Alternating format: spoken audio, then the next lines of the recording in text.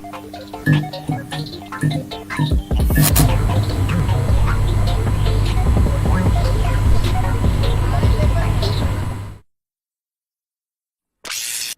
fully charged. Launch ready for AEW Spark in 3, 2, 1. All Elite Wrestling discussion is live. Cue host Noah Foster. Yeah, it's another solo one, as you saw in the messages, hopefully, if not, or in the live chat. If not, Noah was sick, and, like, super sick, to the point where I didn't even want him involved, if he was that fucking bad. I didn't want to force him to do it. I tried to get King on, so that way we could at least make a two-person booth where I would host it, and fucking work kicked his ass as usual, which is why it's hard to schedule much with him. Not that it's his fault, it's just work is that much of a pain in the ass. And if anybody understands that, it's me. So, yeah, it's another solo one this week. I tried to do everything I could, but I really don't have many other options. So, here's what we're going to do. This is the last time I'm going to do a solo Spark. If it don't happen, if something similar happens next week and it gets delayed, what's going to happen is Noah and I are going to do a supercharged edition where we go over 2 weeks, or we're going to fucking find somebody that can host the shit, because you're going to find out why as I cover this shit, because I have a lot to say about the news about the soft roster split. Whatever the fuck that means. And quite frankly, I'm not even ready, but I'll be ready in a second. Just give me a second, I need to get my fucking soda.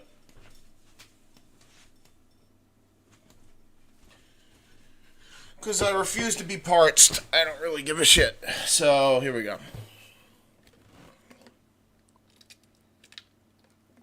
There we go. So, that's what we're going to do. So anybody that actually wants to host this show, you're a candidate. Let me know in the fucking comments. Because if nobody hosts this show, you know, I don't know how long this is going to last. I'm going to be real with you. I don't know how much longer I could take about all this bullshit drama plaguing the show that we watch every week. I really don't know how long I can fucking stand it. There's a very good chance Noah might do a few weeks, honestly, by himself. Because it's not the shows that I have an issue with. It's the issues within the company that are plaguing my enjoyment, as it always has. And I'm going to talk about it at the end. Normally I talk about it in the beginning, but there is some positives that I want to go over that actually happened on these shows, so I'm going to focus on that first, and then I'll focus on the negative after the fact. So, let's start it off with AEW Dark Elevation, right? We're going to do April 10th, 2023.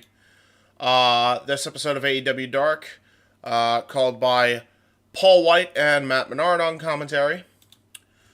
The first match starts out with Kip Sabian, the Butcher and the Blade, versus Shinuma Katsumata, Mayo, and Yuki Uno. I may have butchered the fuck out of those names, but to simplify it, the trio that Kip Sabian's group was fighting was the Sonic Club from DDT Pro Wrestling. And wow, was I not expecting this to be as good as it fucking was. But holy shit, was it. So, let's get into this thing, because I have a lot to say positive here about these guys, and you're going to hear a lot of good positive feedback from me. Sabian, Butcher, and the Blade had no prior record in trios action on Elevation before this episode, nor did their opponents wait for them in the ring. White informed first-time viewers that they hailed from DDT Pro Japan, knowing that was also slightly frustrating, given I knew they wouldn't win, although the triple suicide dive right as I typed that was nice. Butcher no-sold a series of forearms to the face and tagged in Blade to hit a power slam for 2.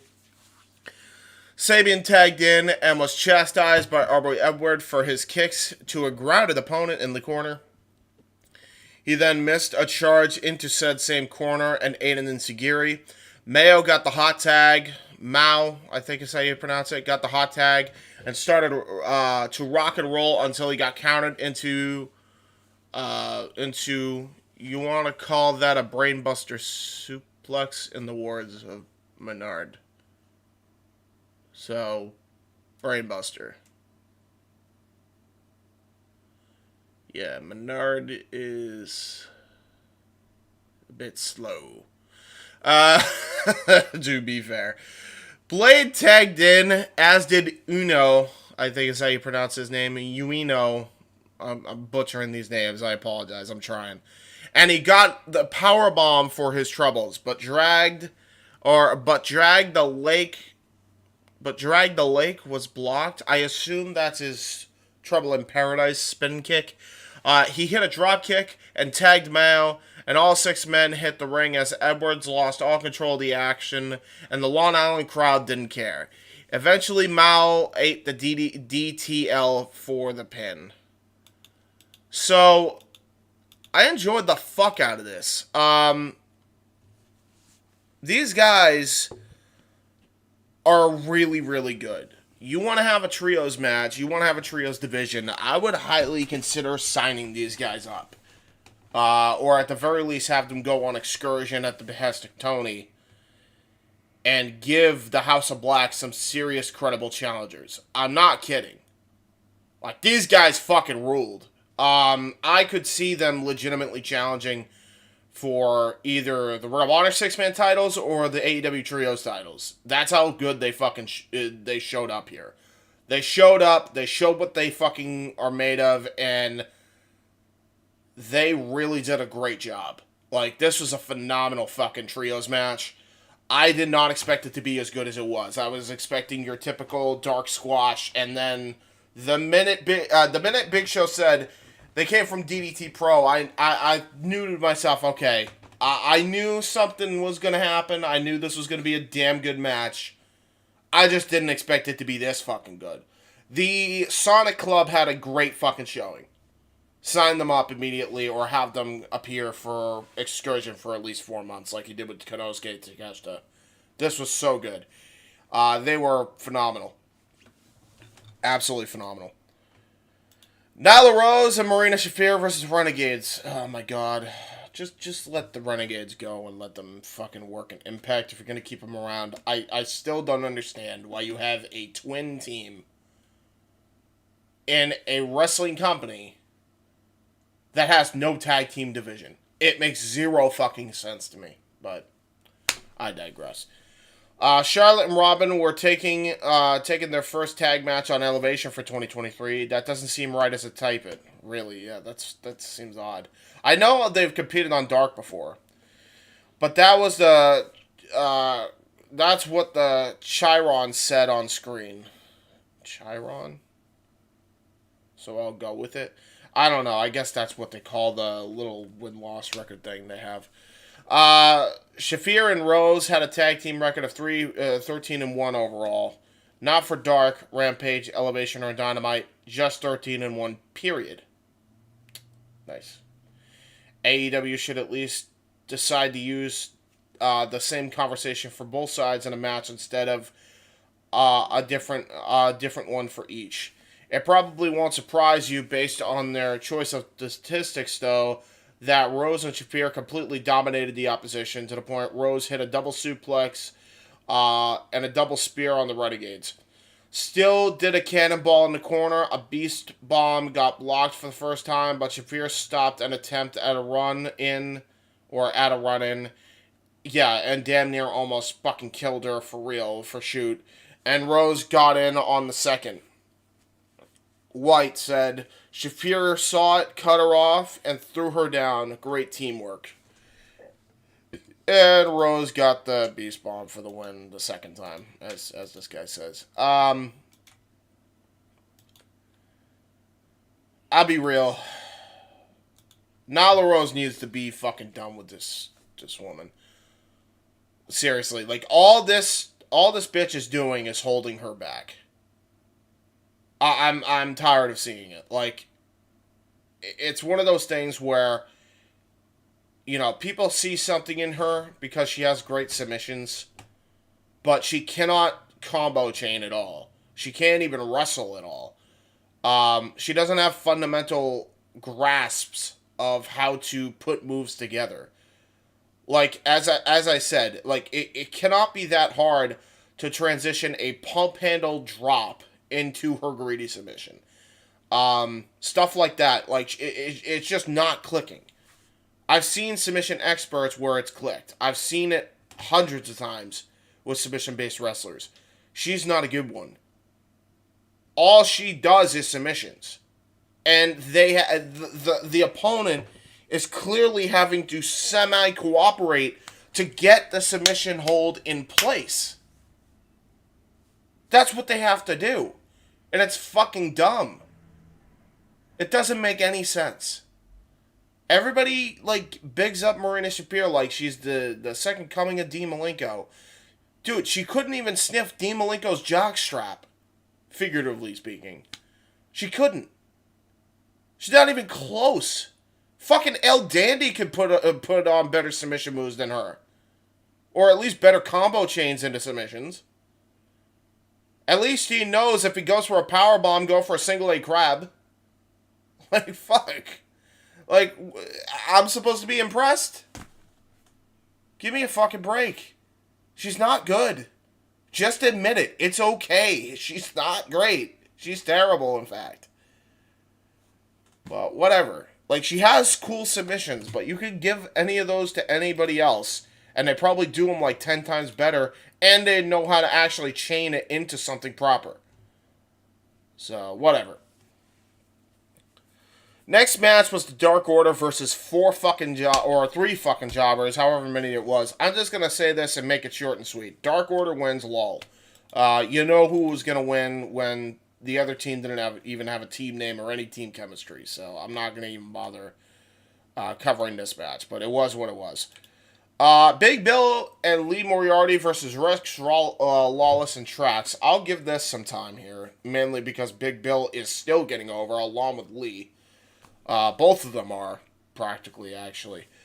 Moriarty and Bill brought a record of 2-0 on elevation to the main event. Menard says, "The more I see this duo of the firm, the more I like them." Same, man. Same. Trax and Lawless were making their AEW tag team debut.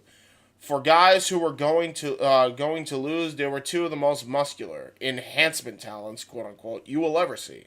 I mean, Vince McMahon would be drooling at their physiques. That's what I have to say about that. Nice little comment there, buddy. Sorry. Sometimes you have to let out the gas a little bit every now and again. White says, "It looks like Trax have made a trip or two to the gym." You don't say. Moriarty still managed to get him in a Muay Thai clinch for some knee strikes and then sleep the legs.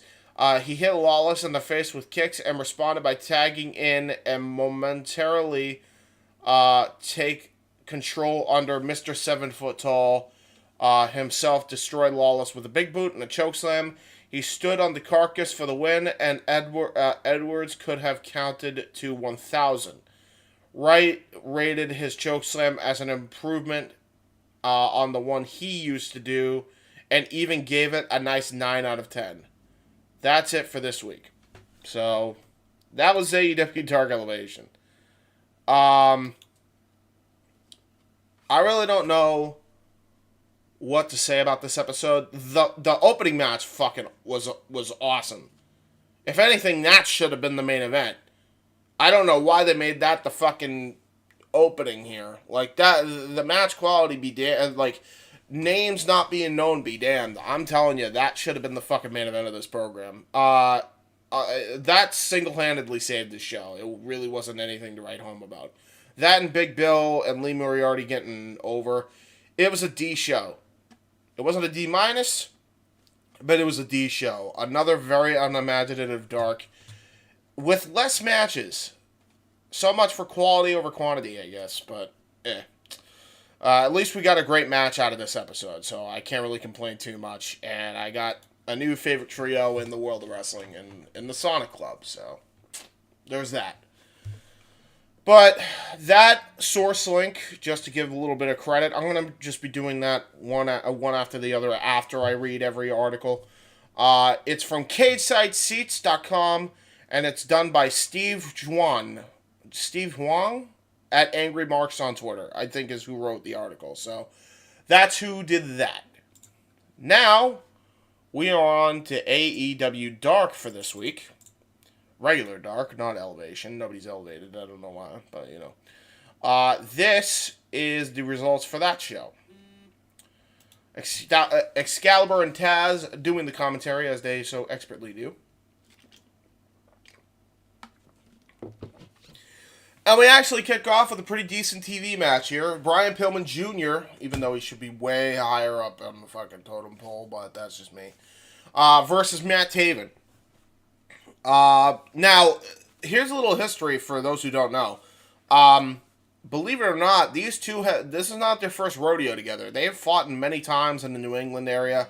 I've seen a couple of matches in New England All-Star Wrestling that they've been a part of, so definitely go check those out if you haven't already. You guys have really good chemistry together. Pillman and Taven traded blows to begin the match. Taven threw a drop kick to the side of Pillman's face. Pillman performed a crossbody from the top rope. What a high elevated crossbody it was too, by the way. Taven threw a drop kick through the ropes, which sent Pillman to the outside. Pillman struck with a thrust kick and went for the cover. Taven kicked out of two. Taven eventually spiked Pillman for the victory. Yeah, he hit him with the what is he called, that pile driver? I forget off the top of my head, but pretty damn good match. Really enjoyed it. Definitely go out of your way to watch this, just because Brian Pillman is not dead. And they actually had a pretty decent little TV match, and I hope they actually do something with him either in AEW or Ring of Honor. So, there you go there. His take here is a straw match to open Dark with both men putting in good work. I was somewhat expecting Pillman Jr. to get the victory since Taven is an ROH guy, but nonetheless, it was a great competitive match that could have easily main evented this episode. And I agree with that, by the way. I am going to say that, what do you call it? I will say that I don't know if Pillman is an AEW guy. He very well might be transitioning to the Ring of Honor roster at this point to give that roster a little bit of beef.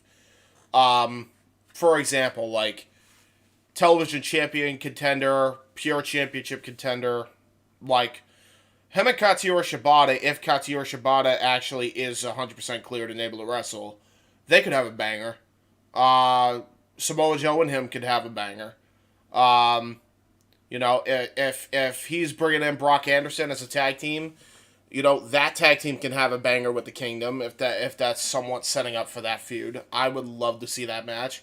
Brock Anderson's very much improved in the ring, and I feel like you can't really fit them in on Dynamite, so Dark, Ring of Honor television and Dark would be the best places for them, since those two shows kind of align with each other a little bit. Which, by the way, now that I think about it, like, think about this too. If you are a Tony Khan fan, and you're a fan of everything he's doing right now, which I'm not a fan of everything he's doing right now, put it that way. Even though I'm a fan of the guys, put it that way. I'm just not a fan of how he's running the company as of late. But just as a general thing, you got Dark Elevation on Monday, Dark on Tuesday, Dynamite Wednesday, Ring of Honor Television Thursday on Honor Club, Friday's Rampage, and Saturday is Collision when they debut that show. That's 6 fucking nights of pro wrestling. That's a whole week of pro wrestling. That's way too much. We're gonna fucking die. I will die on this desk doing pro wrestling reviews because there's way too much goddamn wrestling to talk about. The fuck? Like, I get trying to make as much space as you can for your roster, but, like, this is some crazy-ass shit you're doing it with. Like, you got 2 YouTube shows, a subscription-based show, and now 3 television shows that equal up to 5 hours of television every week. What the fuck, dude? But alright. I don't know. It's weird. I'm going to get more in depth with that and the whole reason they're doing it in a minute, or at least a secondary reason. Because we knew this show was going to be a thing. I do want to point that out. We knew Collision was going to be a thing for a while. There's been talks about that for ages, even before 2022 was over. I think even before All Out happened. So, this has been in talks for a while. It just is very convenient and for what they're trying to do. But yeah, back to the matter at hand. Good match between Brian Pillman Jr. and Matt Taven. There's really not much else that this guy wrote here, and I agree. Blake Lee versus Lee Johnson. Johnson performed the Fisherman's Neckbreaker and quickly scored the victory. Excalibur, I will say, was very offended that there was 2 guys with the same name, Lee. And he made a joke that essentially they should just, they should, whoever loses should lose the last their Lee rights, basically. Kind of like how Booker T lost the T in his name and it went to Big T. That was the joke he was telling there. I found it funny. It was amusing, as they always are. Taz and Excalibur are always amusing on commentary. And they were very mad, by the way, at Ian Riccaboni and Caprice Coleman for taking their Jones catchphrase, especially because it was the rights it has. You see, with 1 Z this time, so they were not happy about this. But yeah, it was alright. It was a squash. Nothing more to really say there. Whatever. He says, "Holy smokes! I don't even think this match lasted a minute. It was 2 moves, and the match was over just like that." Yeah, I mean, Lee Johnson was the better Lee. Blake Lee needed to step up, and he didn't. I don't know what that. But yeah, it really was nothing match. Backstage, Tony Storm said the AEW Women's Division should take her more seriously going forward after what she did to Kiera Hogan on Dark last week. And also what she's been doing with the rest of the social outcast. What I called them the social outcasts. It's not Heath Slater's faction. Excuse me. Pardon me. The Outcast did to all the homegrown stars of AEW. Which is what's starting that whole thing. There's a lot of fucking inner turmoil going on screen as well, I've noticed. Who knows? I will say, though, very good fucking match. Very good match. Very good segment. Tony Storm, everybody thinks can't cut a heel promo. She actually cut a very good one here.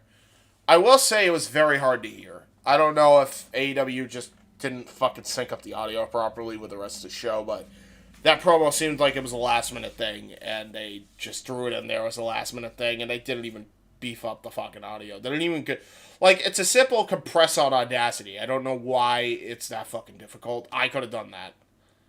But, Daisy K versus Josh Woods. Daisy K got an upper hand in the start before Woods cut him off with a running kick to the chest. Shortly thereafter, Woods threw K with a gut-wrench suplex and ultimately finished K off with a move into the turnbuckle. Yeah, that was really it. I mean, it was a squash. Josh Woods wins, lol. Brian's take. Only thing notable here is that Kane made his AEW debut, and that lasted a pretty short while. Lance Archer was backstage with Jake the Snake Roberts. Archer said that he wants something that's worthwhile. I agree. Speaking of people that deserve fucking worthwhile shit, Diamante taking on Willow Nightingale in an admittedly very good fucking match here. Very good women's match. After Diamante was planted by Nightingale, Diamante threw a drop kick to the lower back. While on the outside, Diamante used a stretch submission and held on to the hold until the referee's 4 count. Back in the ring, Diamante was looking for a suplex off the top rope, but Nightingale hit her with a headbutt and followed with a low drop kick. Diamante took slight advantage with a released German suplex on Nightingale, but eventually Nightingale pounced Diamante and quickly won with her Dr. Bomb powerbomb. It was really good. Really good matchup here. Again, I don't know how Diamante's not fucking signed. I don't know how she's been on tier 0 for this long. If it has something to do with Evilise, come the fuck on, get real. Like, Jesus Christ. His take here on this article is both wrestlers tried hard and did what they could, but I felt that this was a step down compared to Taven versus Pillman match that we saw open up the show. That said, Nightingale continues to be over with the crowds while Diamante continues to eat losses. I truly hope that Diamante can find a meaningful program and get in the title picture because she has a lot of potential. Yep. I'm expecting that will never fucking happen at this point. I wanted something for Anthony Ogogo, and that didn't happen either. So why should I expect that they're gonna fucking do anything with Diamante? Anyway, overall, this is a fast-paced edition of Dark that consisted of only 4 matches. The 2 matches in the middle were really short and only lasted a minute or so. As such, we only had 2 matches that felt somewhat competitive. Taven versus Pillman was killer, and the best match on the card, that is a possible addition, or that is a passable edition of Dark. Episode 193 is clocked in at 25 minutes. Final score, 4.0 out of 10. For ratings, I'm going to give it a C-. It wasn't a bad show. I enjoyed the 2 matches, but I feel like, we could have had better fucking matches. I wish it wasn't squashes all the time. I understand why you do them, but I just feel like there's a better purpose served when it comes to that shit. I guess you have to have enhancement talent to get on TV, but whatever. Now we move on to the main shows, and ironically enough, we haven't even gotten to the 30-minute mark of this podcast yet, so this may be a short episode, guys. Until, of course, I get to the fucking ending thing that I have to talk about, which is the news about the brand split or whatever the fuck. Anyway. Contains spoilers, he says. No shit. Tonight's episode of AEW Dynamite was broadcasted from the UW Milwaukee Panther Arena in Milwaukee, Wisconsin. Excalibur, Tony Schiavone, and Taz were the broadcast team for tonight's event. It's Wednesday night, and you know what that means. I feel like they just copy and paste that shit all the time, but, Cool. Darby Allin versus the Mogul Embassy's Swerve Strickland with Prince Nana and the Machine Brian Cage. Can we just call it Mogul Affiliates? The Mogul Embassy's dumb. I'm going to call them the Mogul Affiliates. Fuck you. The Mogul Embassy's horrible. It's a horrible name. Please don't call them the Mogul Embassy. Mogul Affiliates. Cool. Darby hit a stunner right out of the gate and followed up with the Tope Suicida. Brutal Tope Suicida, by the way. He damn near killed fucking Swerve with this thing. Darby climbed up to the top and jumped onto Swerve again to the floor. Darby uses his body as a weapon, said Taz. Outside the ring, Swerve scooped up Darby and slammed him. Swerve climbed the guardrail, but Darby drop-kicked, knocking Swerve down. Darby charged at Swerve. Let me fucking zoom in on this. That might help. Darby charged Swerve and squashed him against the barricade with a coffin splash. Swerve slept out Darby's legs, and Darby was on top of the steel ring steps. Swerve smashed the heel of his boot against Darby's jaw. Swerve pulled off Darby's belt and whipped him with it. Sammy Guevara and Tay Conti were shown watching the match on a monitor. Darby tripped up Swerve and grounded and pounded him. Swerve dodged a coffin splash with a big leaping heel kick for a near fall. Darby's mouth was busted open. Swerve connected with another switch kick to Darby. Swerve used a double foot stomp on Darby, who was dangling by his boots and the bottom rope. Swerve tweaked his foot when he landed. Darby saw an opening and removed Swerve's boot, and then bit down on Swerve's injured foot, which, by the way, got a "you sick fuck" chant from the Milwaukee crowd. Darby grabbed the knee bar, but Swerve escaped. Swerve used Darby's momentum and hit a German suplex. Jungle Boy Jack Perry was seen watching the match on a monitor backstage as well. The Pillars really paying attention to their competition. Darby nailed Swerve with a reverse Hurricane Run off the apron onto the arena floor. Darby smashed Swerve with a coffin drop. Prince Nana snuck down to the ring and put Swerve's foot on the ropes to break up the pin. The Machine Brian Cage came down onto the ramp. Darby jumped back into the ring, but Swerve was there with a kick and a big stomp off the top rope for a 2 count. Brian Cage swept out the legs of Darby. Ref Aubrey Edwards ejected Cage and Prince Nana from ringside. Darby finished off Swerve with the Last Supper, which, by the way, was a really good fucking thing, because that means he's targeting the leg and he's pinning his opponent with a great submission base pin. Really like that little finish there. That was slick.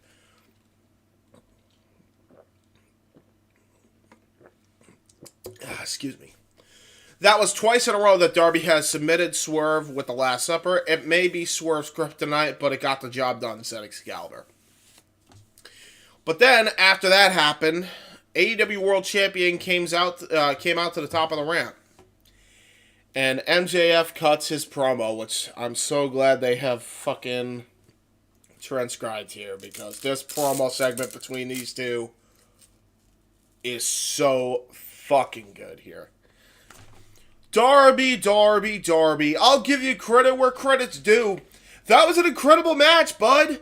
But I got 2 words to say to you, that will prove that my name is MJF.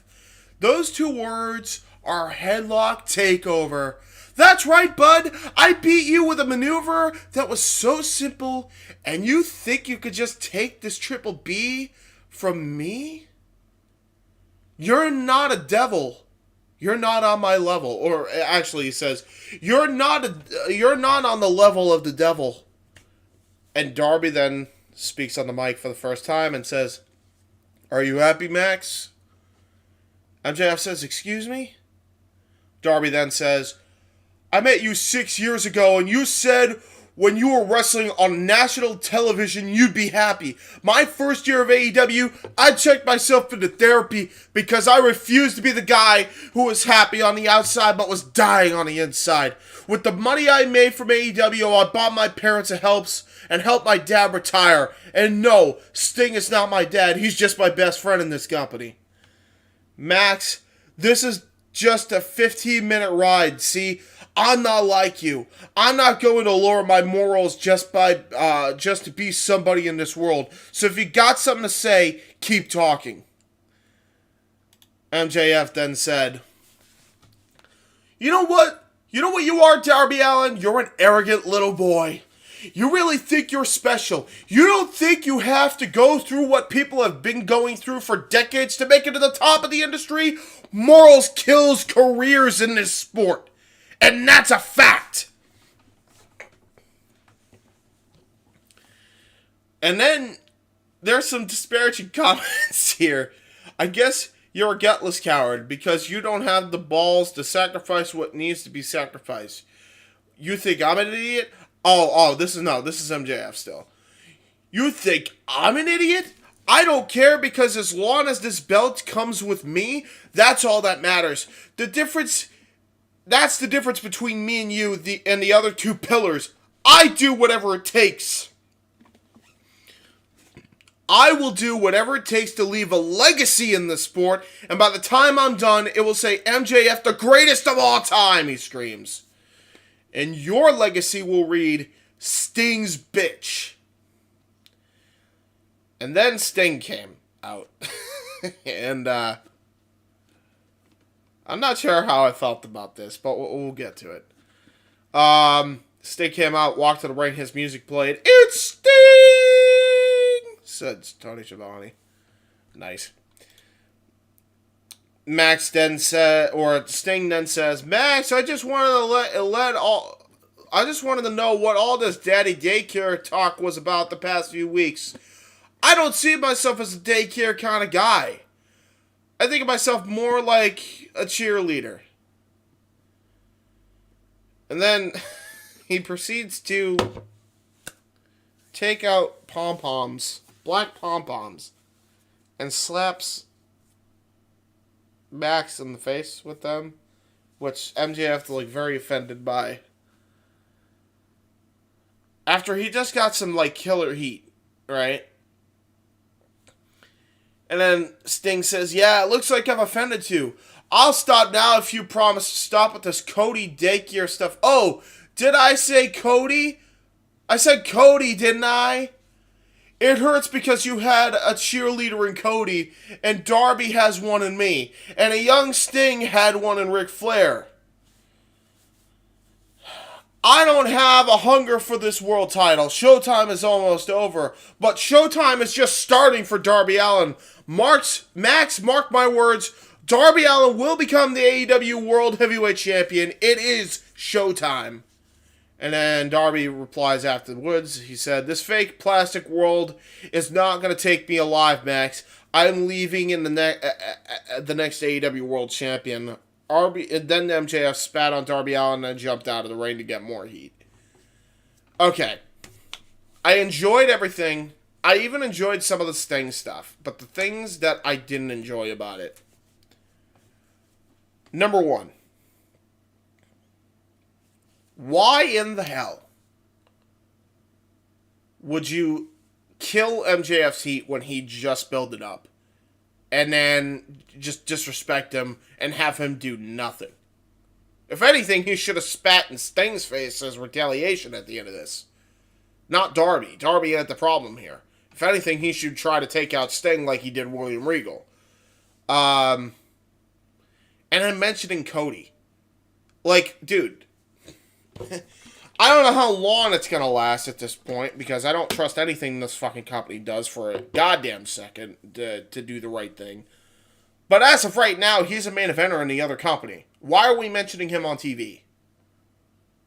You know, and I guess Jim Cornette made the same fucking point. But I already thought this before I listened to the podcast clip.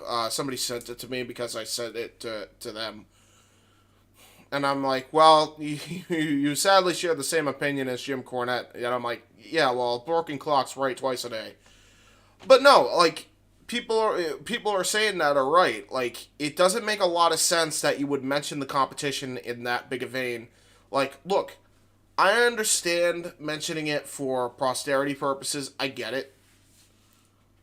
But at the same time, it doesn't make a whole lot of sense to me to mention him in a program that doesn't need him mentioned. He just doesn't need to be mentioned.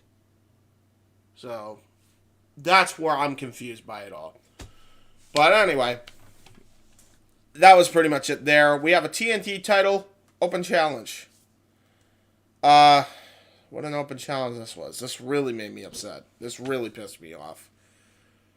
Powerhouse Hobbs versus the last real man, Silas Young. This is so dumb. Like, just don't put Silas Young in the spot. Obviously, if Ring of Honor's a thing, you need to keep him strong, looking good on that show. And this was not the way to fucking do it. I'm sorry. I get that Hobbs is a different beast, whatever, but yeah, I just didn't like that. By the way, Hobbs came in with a fucking new car that I guess was gifted by QTV with the money they've been generating. So he had like a tricked out fucking set of wheels and shit, and he had Hobbs on the side of the windows, or on the side of the doors, which, by the way, is illegal now in this country, just saying. But Hobbs hoisted up Silas Young with a backbreaker after he blasted Silas with a spinebuster before, and then planted Young. Hobbs wins against Silas.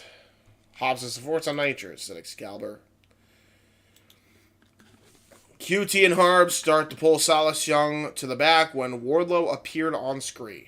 He told the security guard that Wardlow or Will Hobbs disrespected to run, and he did so wisely.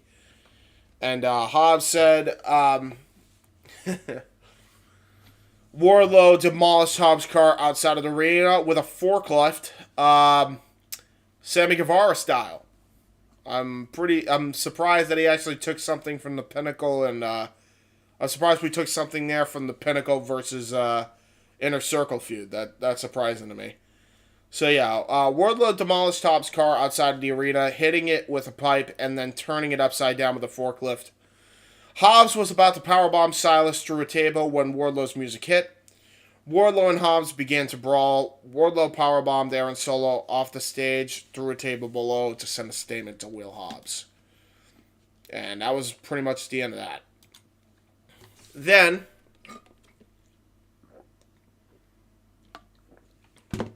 we had a fucking awesome match here. International Championship match. Freshly squeezed Orange Cassidy versus the House of Black's Buddy Matthews with Julia Hart at ringside. This is the best match of the whole fucking week. Bar none, this was the match to watch out for. Orange Cassidy dropped Buddy and followed up with a tope to the outside.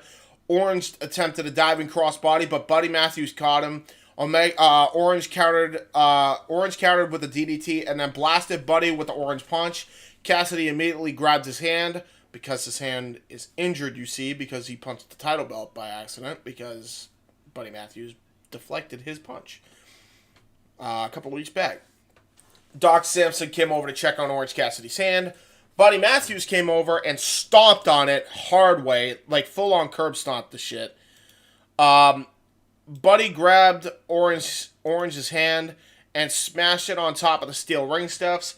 Buddy hit a thrust kick on the ring apron. Orange served up a thrust kick of his own. Orange was looking for a DDT, but Buddy countered with a massive knee strike. Cassidy surprised Buddy with a beach break on the apron, which was a great beach break, by the way. Great air raid crash.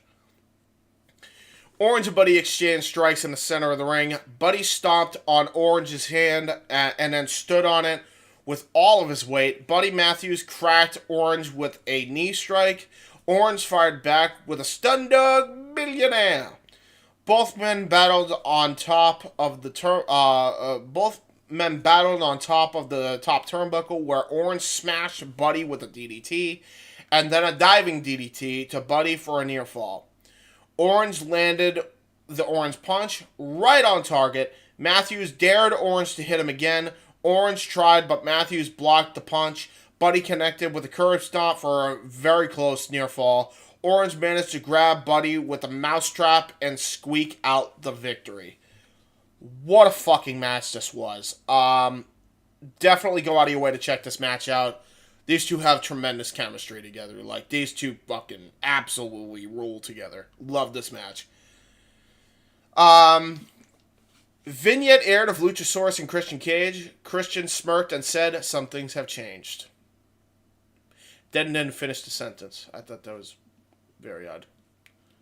I guess we at least have his Luchasaurus' permanent role of Lucha Tomko. Or Tomkosaurus. I don't know which. Renee Paquette was backstage with Orange Cassidy and the Best Friends looking for a medical update. But the Best Friends weren't concerned with that, really. I mean, they kind of were. Like, all that matters is that he retained the championship, and he's been on a hot streak, so we're a little bit jealous. So how about this? Aussie Open, how about you come at us for the IWGP World Tag Team Championships this Friday on Rampage, which was also a really good match, by the way. And that was pretty much it when it came to that. And then we went to commercial break. When we came back, all ego Ethan Page was standing in the ring with a microphone. Oh boy, I forgot about this, mainly because I'm just so apathetic to this fucker. Not Ethan Page. He's cool. Different person.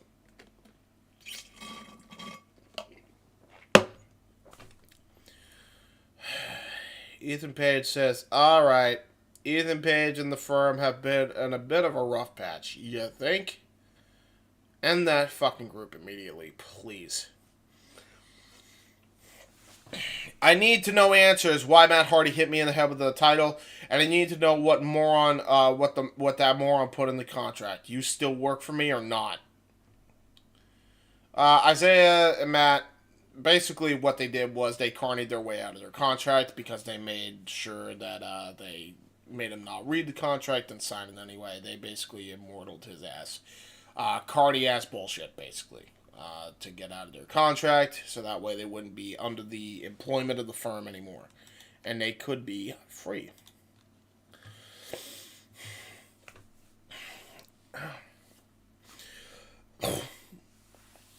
So anyway, I don't know how that's legal, but whatever. I mean, none of that shit is... I'll suspend my disbelief, I guess. And then I chose our next best to be... and I get to choose our next match. And if we win, we are no longer under contract to Stokely and the firm. Big Bill and Lee Moriarty blindside Matt Hardy and Isaiah. Hook's music hit. Hook used a judo throw. I think he said Judy throw. But it's a judo throw on Lee. Hook jumped the ring, but he was outnumbered. Then the Hardys' music began playing again. And Jeff Hardy is back. He ran into the ring and took no prisoners. The roof is going to blow off this place, says Taz. Jeff Hardy cleaned house of the firm and evened up the playing field for Matt Hardy, Hook, and Isaiah Cassidy. A message played from Kenny Omega. I don't even know what to say about this. I'll be real. I'm not a fan that he's back. Everybody knows my thoughts on Jeff. I will not be supporting this decision. And I'm not going to ever be okay with it. I think he needs to be done with pro wrestling. I think he should have been forced into retirement after the bullshit he pulled. And I don't go and change my stance on that. So, you remember what I did with the Elite? Because they were doing their bullshit that I eventually stopped doing. Because at the end of the day, it's petty.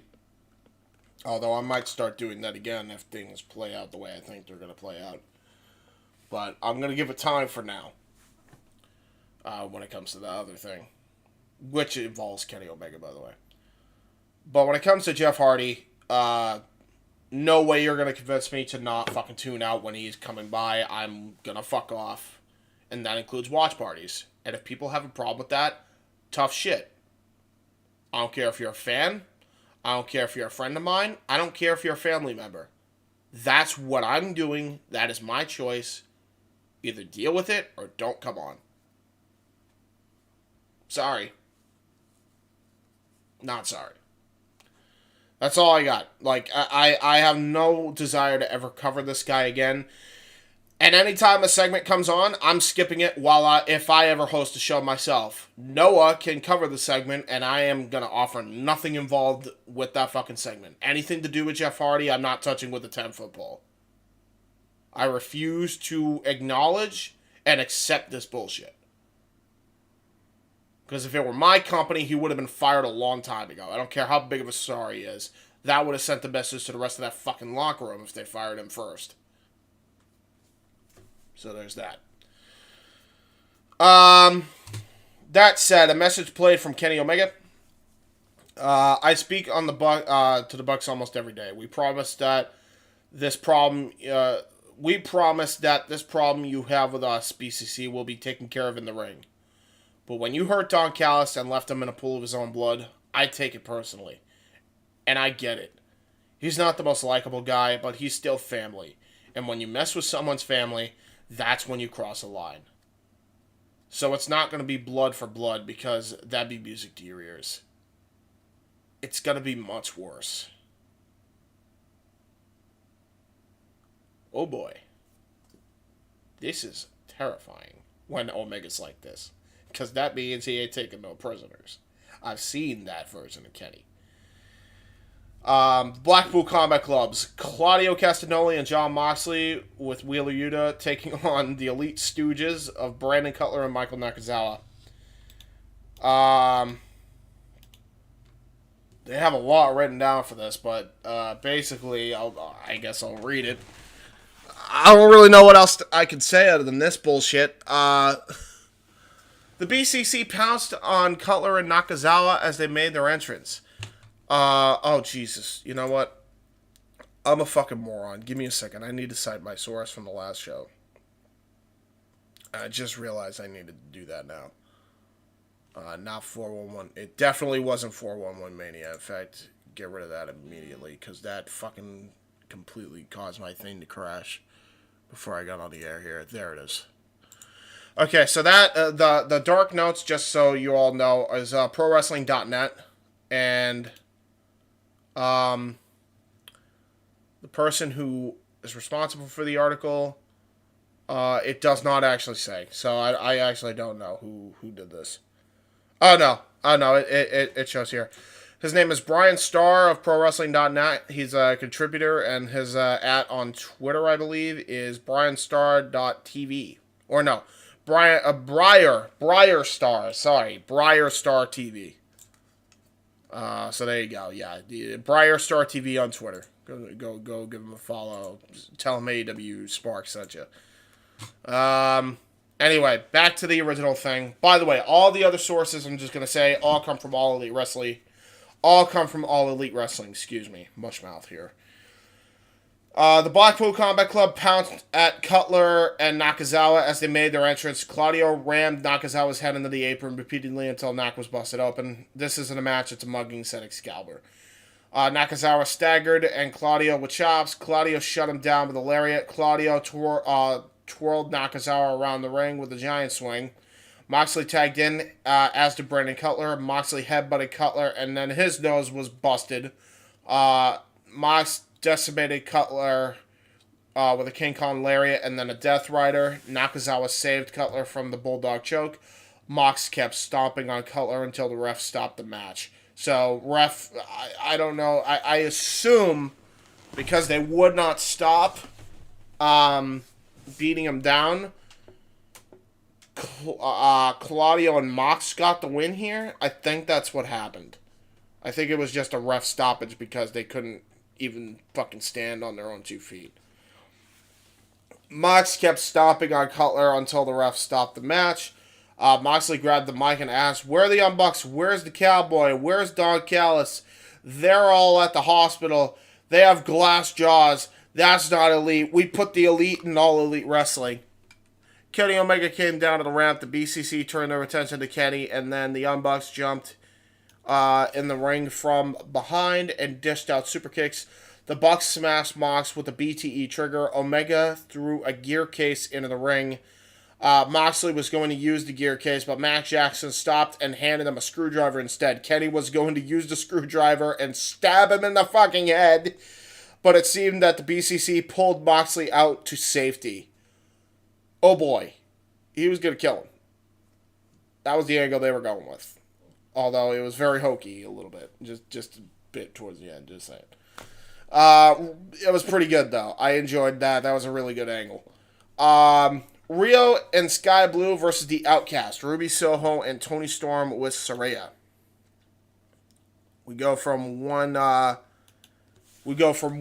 internal struggle to another internal struggle. Toni Storm jumped Sky Blue, and Blue brought down Storm. Blue tagged Riho. Ruby tagged in and tried for a trip on Riho, but Riho avoided it. Riho dropkicked Ruby Soho. Riho climbed to the top rope and then hit a crossbody.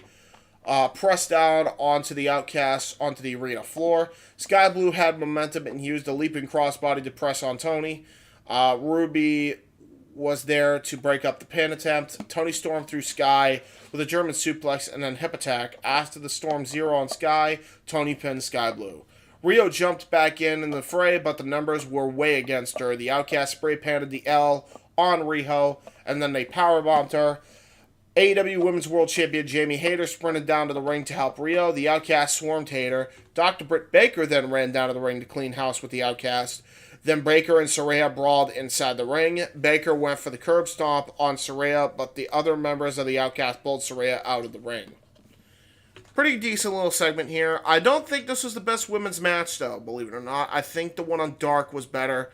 Was there one on Rampage? I mean, it did involve Diamante and Willow Nightingale, so that does help, too. But I don't know. There was a lot of... It just wasn't my favorite. I don't think there was necessarily anything wrong with it. Never mind. Emi Sakura versus Taya Valkyrie was the thing. So that was definitely the best match. So, oh jeez. I exited out of the fucking source like an idiot. Hold on. I do a stupid... There we go. Rampage results. Now I'm good.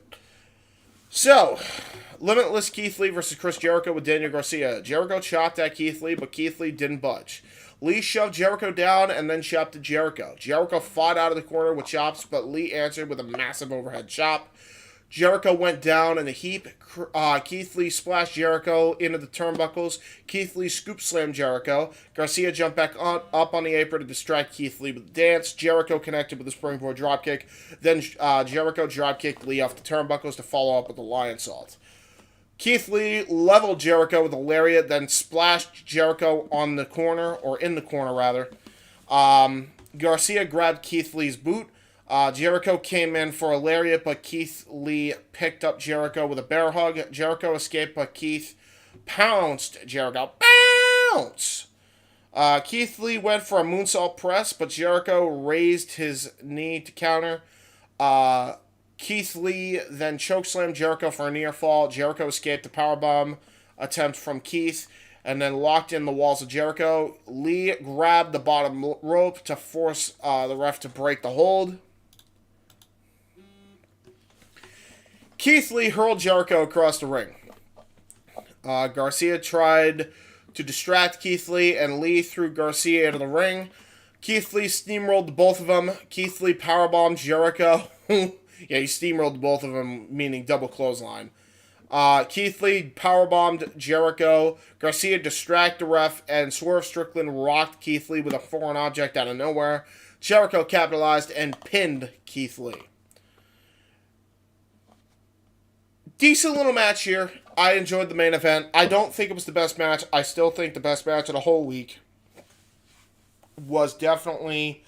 I'd honestly probably have to go with the Orange Cassidy and Buddy Matthews match one-on-one. I would also say the number 2 match of this week was definitely the opener on Dark Elevation, and then number 3 being Taya Valkyrie and Emi Sakura on Rampage, which we will get to eventually. Adam Cole then came down and looked in the ring to check on Keith Lee. I'm surprised they're doing a little bit of a duo here with these two. Adam Cole and Keith Lee walked up to the backstage, never once making eye contact with Jericho, which I like. I like that whole idea that they're doing here. Just no respect between either guy here. So now, I would say the AEW Dynamite show was, I'd say a B. You know, there was some decent little stuff there. I do enjoy the Blackpool Combat Club Elite storyline, although I'm enjoying it less now because of the news that has been reported, and it's kind of killed my enjoyment of it a little bit. But it is what it is. You know, decent little show. I just don't think it was the best it could have been. I feel like there's been a lot of B-level AEW Dynamites lately, and it's really weird because usually after Revolution, they just put on banger after banger. I remember every show was an A, and now it's like, it's B-level shows now. So there you go. Tonight's AEW Rampage was brought to you in the same arena. And this time, tonight's announced team was Excalibur, Tony Schiavone, and Jim Ross. We kicked things off on AEW Rampage with the IWGP Tag Team Championship match. Aussie Open, Kyle Fletcher, and Mark Davis, who just won the championships. Good on them, by the way. Congrats to those boys. Aussie, oi, oi, oi. Versus Best Friends, Chuck Taylor and Trent Beretta. Aussie Open used tandem offense on Trent, but Trent fought his way out of their grips. Chuck Taylor took to the skies, taking out Aussie Open on the outside. Best Friends got the upper hand with Trent using a crossbody for a near fall on Kyle. The momentum was short-lived as Aussie Open planted Best Friends in the ring onto the ring apron with double back suplex, and then ran them into one another with a double spine buster, basically, onto each other's backs. Aussie Open gave the United Empire sign. Davis used the senton on Trent and followed up with a cocky cover. Davis handed Trent over to Kyle with a delayed vertical suplex. Good for a near fall. Davis and Chuck Taylor brawled to the outside of the ring. Trent was looking for a superplex on Fletcher and got the assist from Chuck Taylor. Which, it was basically like he did a blockbuster thing. I don't know. It was weird. But it was good. It was good. Best friends chokeslam Davis. Trent then connected with a Doomsday knee strike on Fletcher for a near fall. Chuck went to the top rope, but Kyle sent Trent into Chuck. Kyle nailed Trent with a springboard tombstone pile driver, which was fucking insane. That was awesome. After sandwiching him with the stereo elbow strikes, Aussie Open then used their finisher and pinned Chuck Taylor. And their finisher is basically a double electric chair into rolling fucking driver, basically. Really cool shit. I like that. AEW World Tag Team Champions FTR, Cash Wheeler and Dax Harwood were interviewed in the ring by Tony Schiavone after the match. But before I get to that, I enjoyed this match. This is definitely in the top 5 of the matches of the week for me. Again, when you get Aussie Open in there, you're bound to have a great tag match. Best friends, we know how good they can be. Both teams brought it, and I enjoyed it. So there you go. AEW World Tag Team Championship match. FTR, Cash Wheeler, and Dax Harwood were interviewed in the ring by Tony Schiavone. Cash says, 2 years and 5 months. It took us 2 years and 5 months from the day we lost these titles to the day we won these titles for a second time. And now we could say, and new 2-time AEW World Tag Team Champs, you are stuck with FTR for another 4 years because we are still all elite. So when we lose these titles, it was the hardest climb back to the top that we ever had, but you guys never gave up on us. This isn't about what we've done. This is about what we're going to do. Dax said, this is our redemption story. You've all been there. Life has beaten us all down. We've all been there. I assume he's talking about the pandemic. You know what we've all done. We've all fought, and that's why we're here tonight, because we fought for it. The last 10 years we've had you in our corners, so now it's time for us to repay you. FDR gives you one last ride. We do it for 4 years for AEW. Top guys out. Basically what he's saying here is that this is basically the retirement run. So these 4 years are the final years in their pro wrestling career. Wow. Really wasn't expecting that, but also awesome. Hell of a way to go out with a tag team championship run like this. I just feel like there's a little bit more left to do. They've won every other tag team title. I think that they should get, the British Commonwealth Pro Heavyweight tag titles. I think they should get the Impact tag titles, and I think they should also get the NWA tag team titles to end their career. If anything, that would be the finning end to their career. Because I think that's what they would want. I think that's the best way they could go out. I would say drop the titles right afterwards in a retirement match, but you really don't need it. I would just have them win the NWA tag team titles in their final match ever under AEW contract for the NWA, and then retire right there in the middle of the ring. That's how I think they should go out, and then have a little retirement ceremony on AEW. I think that would be really cool. I'm looking forward to seeing what they do. And I'm a big fan of FTR. Always going to be a big fan of FTR. Have been a big fan since their NXT days. And going to be a big fan for the foreseeable future. They are one of the solitary reasons why tag team wrestling was brought back on the map for years. And them and the Young Bucks, man. They were the reasons why tag team got reinvigorated, the 3 tag teams that I think of from this era of tag team wrestling from 2010 onward, Motor City Machine Guns, Young Bucks, FTR.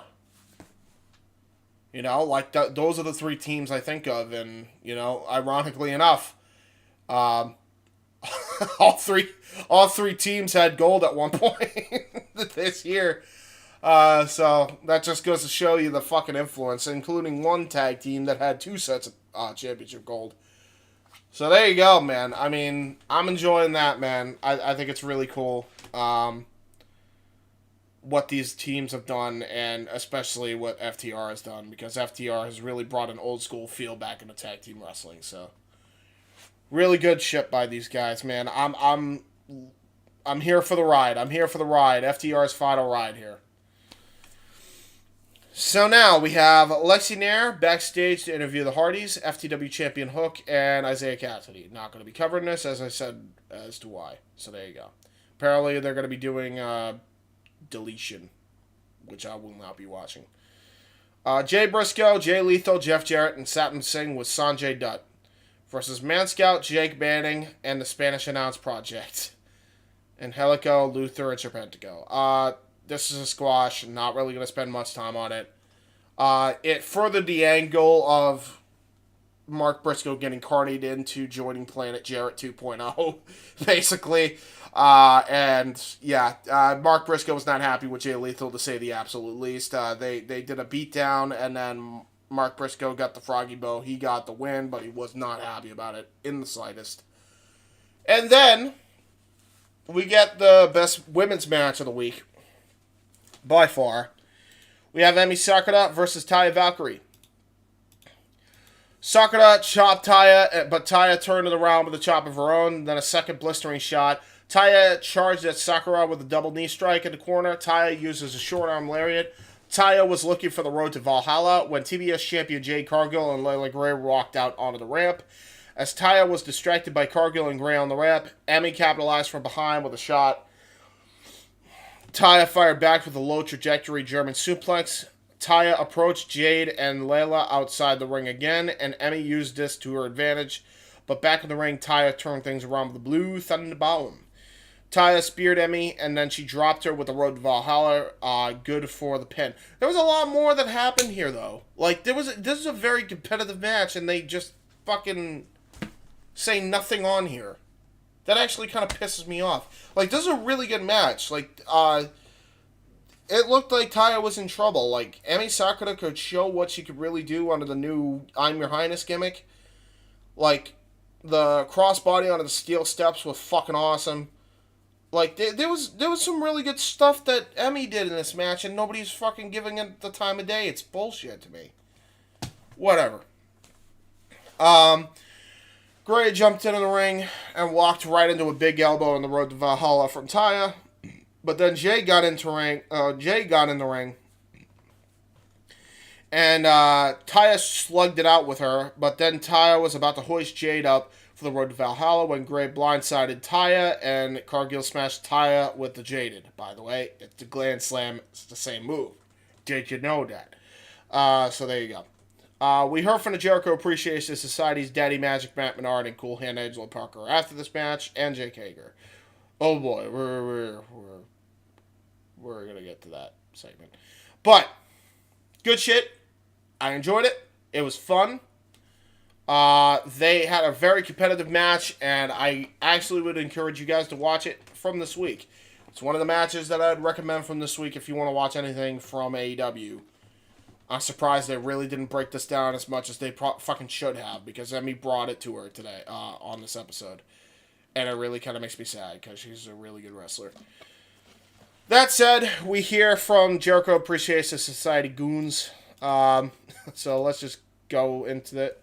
And then we're on to the main event, and literally less than an hour and a half. We're literally doing this in under an hour here.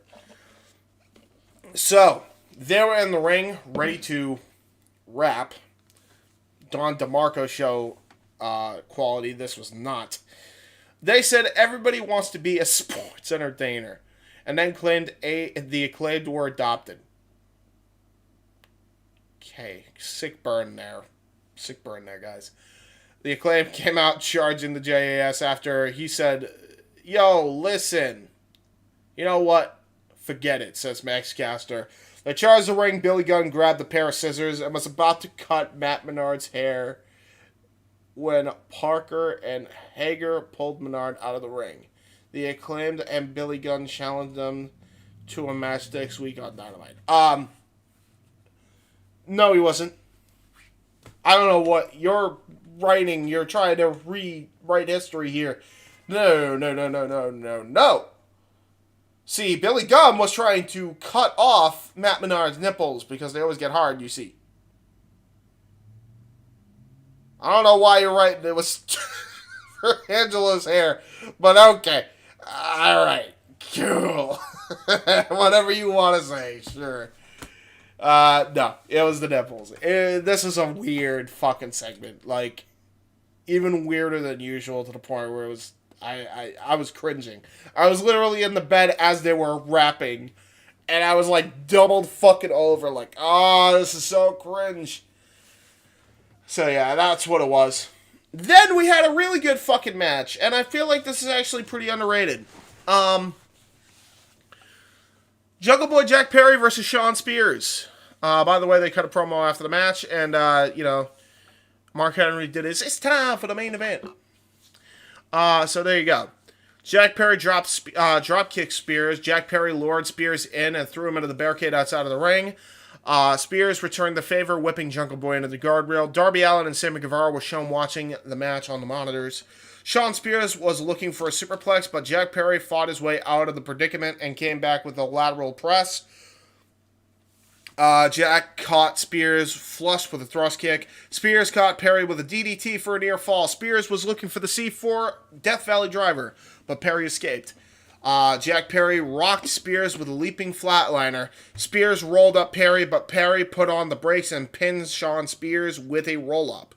And both of them showed respect after the match because, see, Shawn Spears is back to perfect 10, you see, and he's a babyface, and he's really good at being a babyface. And my boy actually finally had a competitive match, and he actually looked good. Yay! I'm very happy about this. I am very happy that Shawn Spears is finally getting a fucking proper fucking run, even though he still didn't get a win yet. At least he had a competitive match finally, and he doesn't look like a fucking geek. I'm very happy about this. Perfect 10's back. I'm cool with that. And yeah, man, really cool. Shawn Spears, he's doing his thing. I'd say this is probably the 5th best match of the week. That's just because there was a lot of great matches this week on AEW programming, but as I said, this match was really good too. This is actually an underrated sleeper. I would definitely go out of your way to watch this main event from AEW Rampage. So, overall, I'd actually give Rampage B+. It was actually a pretty decent show, all things considered. It wasn't like blowaway or anything, but it was actually better than Dynamite this week, and that's saying a lot because they actually had a squash match on this show, but I feel like Dynamite had way too many squash matches, so there you go. So that's everything as far as AEW content related. We're going to get to the news in a minute because, yes, I am going to talk about the stuff that needs to be talked about. But before I get to that, Zero, you finally come into the chat. Welcome, my brother. My body hurts from working out. Aside with the weight vest, how are you, Daddy James? Oh, well, hey, listen, you can't call me Daddy James. We made a rule that you had to listen to the... You had to listen to that audio story from Mistress Audio in order to call me that. So did you or did you not? Otherwise, you don't have that pass yet. We got a deal. You got to live up to it. Oh, shit. I may have broken my straw. Fuck. Oh, well. Anyway. I did listen. Okay, so yeah, I'm Daddy James for you then. Long story. Go check out the Raw Before Mania watch party. There you go. Anyway. Daddy James is about to go on a rant, Zero, so get ready for this. Rant time. For those who don't know, AEW is doing their deal, basically. I mean, I don't really know how else to really say it. They're doing it. I mean, they're doing it all in, and they're doing another show called Collision, which is going to be airing on Saturdays, in line with the premiere of All In. So, let's just cover this shit here. I don't even know what to say here, but this is covering all the All Elite bullshit here.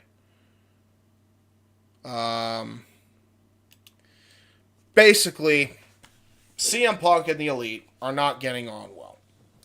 And The idea of having Collision now is that because Collision's going to be a show on TNT on Saturday nights, they're going to do a soft roster split where Punk is going to be on one show and the Elite are going to be on the other, so that way they can be in the same locker room but not necessarily be in the same locker room. Fuck that. Fuck that. I have no desire for Punk to even come back. And I don't think Punk would want to come back unless he's working with the guys, because he says he wants to do business, by the way. Finally. Took him a bit to get there, but he wants to fucking work this out. And he actually wants to do business. And trending right now, by the way, as I talk about this, EVPs. Why am I not shocked? I'm sure I'll go on the trending page just to fucking read people's comments. I bet you they're very flattering. As much as I admire Chris Jericho, so for the record, Jericho did say while he doesn't have the best relationship with Punk, he does love working with him, and he'd be happy to work with CM Punk. Of course, CM Punk, Chris Jericho likes to work with anybody that has any clout. I'm kind of getting sick of it, to be fucking honest. I ain't gonna hold you. But anyway. As much as I admire Chris Jericho for being an adult and offering to work with CM Punk as his first feud back, AEW is well aware of what the match the fans really want to see. Also, the idea of a soft brand split to split up the Elite and CM Punk, so CM Punk and the Elite can all work in the same company, is stupid. That only empowers the people involved to continue to act like high school drama queens. It cannot be that hard to sit down, to have a sit-down meeting and work things out. Kenny Omega and the Young Bucks are EVPs, for crying out loud. They're required to do what's best for AEW, whether they like it or not. I'm not bending on my stance on this, and neither should you.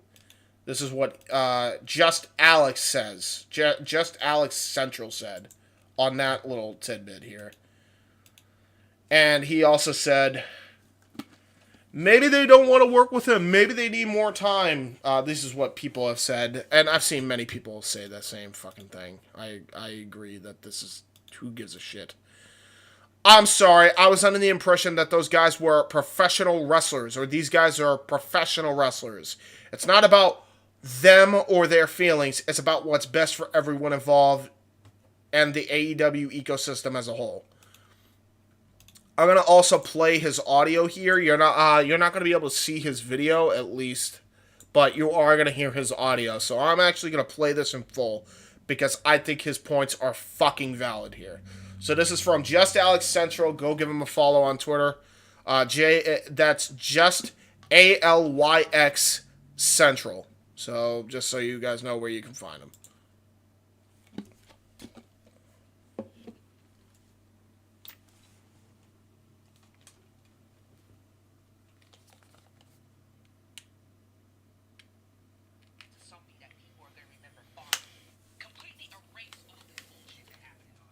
Yep.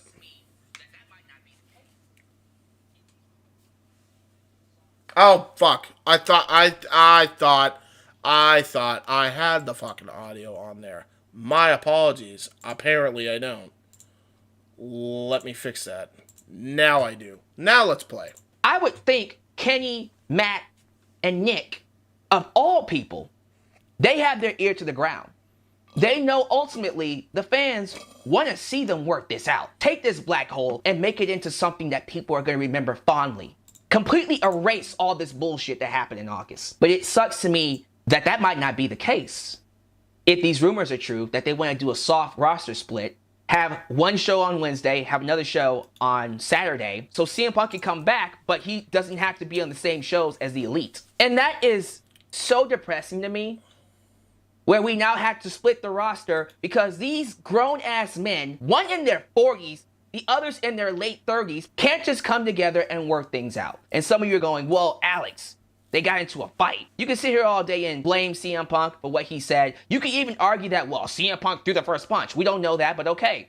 Even if that was the case, we're ignoring one important fact. And that fact is the EVPs went to his locker room. They didn't have to do that. Yep. No one would have gotten punched. A fight would not have happened if the EVPs at acted like EVPs to begin with, they could have called him. They could have waited until he calmed down to approach him. They went to him immediately after the media scrum where he was hot, his emotions were high. Not saying Punk is not to blame, but if you're going to sit there and act like the EVPs did nothing, then you're part of the problem. AEW needs everything they can get to make this event work. Everyone knows the match that needs to happen in the main event of Wembley Stadium is some iteration, some version of CM Punk versus the Elite. Whether that's CM Punk and FTR versus the Elite, that's Kenny Omega and the Young Bucks. Whether it's CM Punk and maybe the BCC, CM Punk, Bryan Danielson, Claudio, Moxley, Wheeler Yuta versus the Golden Elite. That would be Kenny, Bucks, Hangman, and then of course Kota Ibushi. Or maybe we just keep it simple. Omega versus CM Punk. Who's the best in the world? Whatever you want to do, some iteration of the Elite and CM Punk needs to main event that show. It needs to be on that show. If you're going to tell the wrestling audience, this is when all the best of wrestling come together for one big event, and then you don't give us Punk and the Elite, that's not a good look. No. It's already not a good look when you see Brandon Cutler retweeting an article that says AEW is being gaslighted by CM Punk or CM Punk is gaslighting AEW, one of those two, and then tweet and delete. Yeah, before I let him continue with the rest of this video here, that was such an asinine thing, and I've defended Brandon Cutler on a lot. I'm not going to defend him here. That was such a dumb thing to fucking comment on. You were not even involved in this, barely. Like, you were barely involved in any of this shit, Brandon. Why are you fucking complaining? Your boys kicked down the fucking door, injured a fucking dog,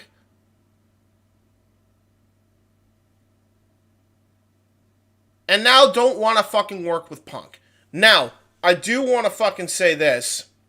I don't know how true this is, but there was a tweet when I searched up the EVPs hashtag that says, this is why I don't like EVPs. Honestly, I think Punk is willing, but Matt and the other guy just don't want it. But at least Kenny is open to the idea. So I guess Kenny Omega will be willing to work with Punk. Which does kind of make sense only because, you know, Phil and him were at the same event for New Japan supporting the same person in Mercedes Moné. So I imagine that they're okay with it. That they're cool, right? So, like, whatever. As far as the Young Bucks go, man, fuck. I think they may have been the ones to fucking be hotheads about all this shit. So, fuck them. If they don't want to do business for them and strip away their EVP status. Kenny might be the smartest guy in the room if that's the case. Because he might be the only fucking EVP of the original 4 left. And in the case of fucking Matt and Nick, they will have nobody to blame but themselves on that shit. Like, you're not fucking innocent in this. You fucked up too.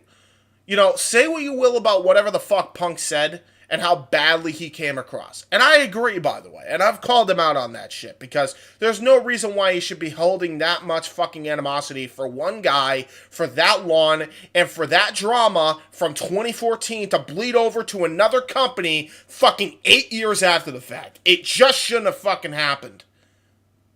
And Tony Khan, Scott Colton, and Phil Brooks are all to blame for that shit. As well as everybody else that tried to defend one side over the other. Hangman Page, Evil Uno, the Young Bucks, Kenny, whoever. They're all to fucking blame. They're all not blameless in this situation.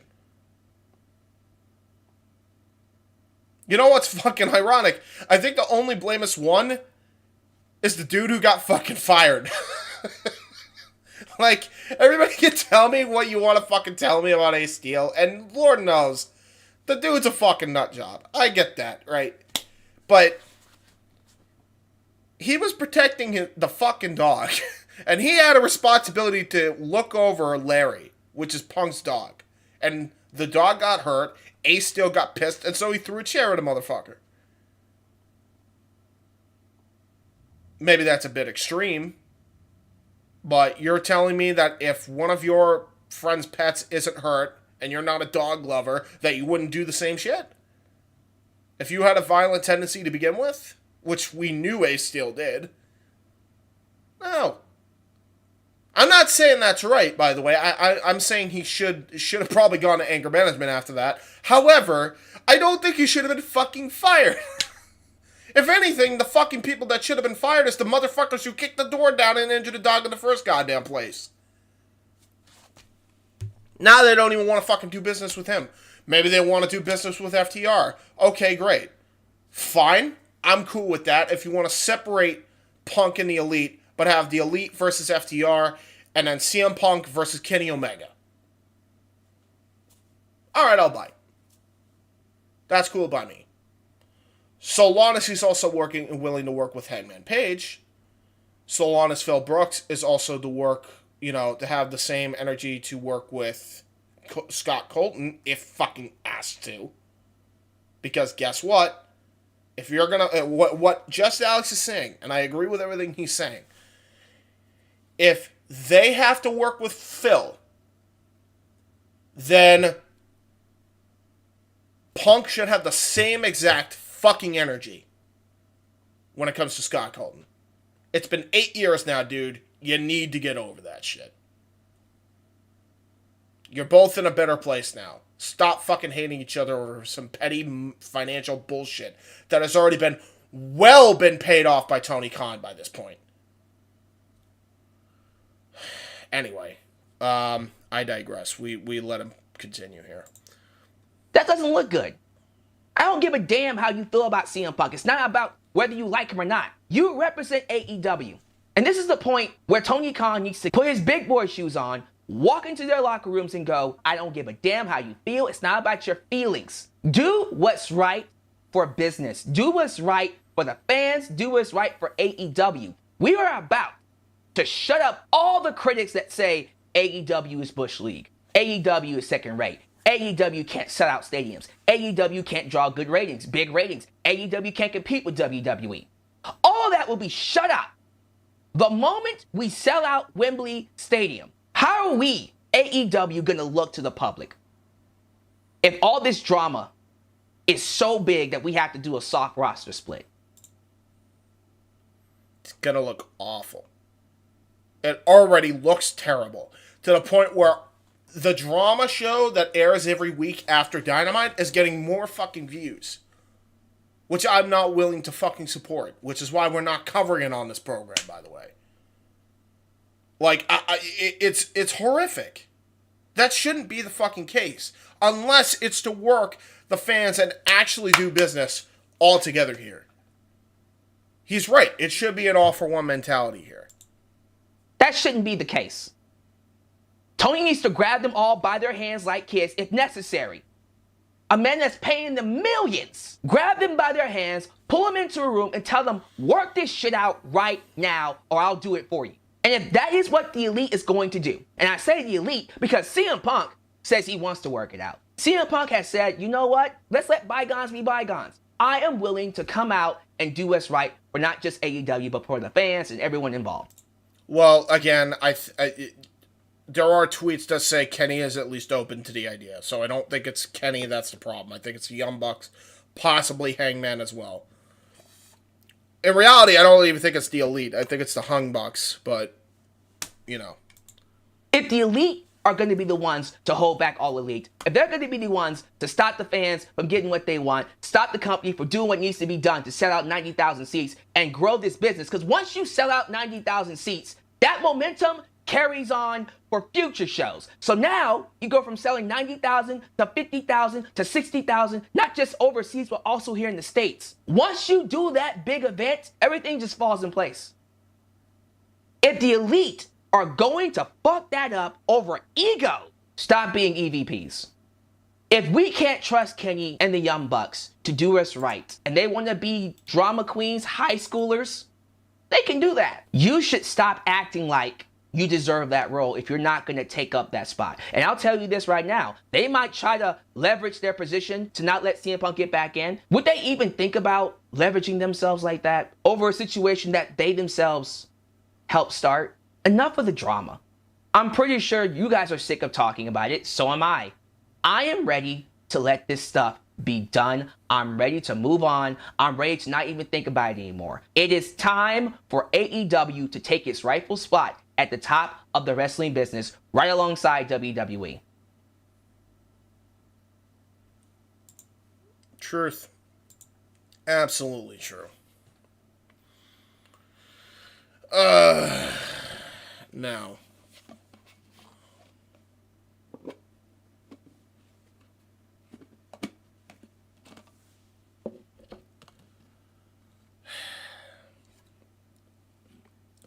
Let's, there's tweets. Some on the fucking elite side, some on the other side. I'll read your comment in a second, Zero. I just want to get to these tweets. So I read the first tweet out of all these things. One guy says, if this is true, then this sums the elite up right up. Trolling about the situation only to not wanting to work a possible money feud. Tony Khan needs new EVPs. I agree.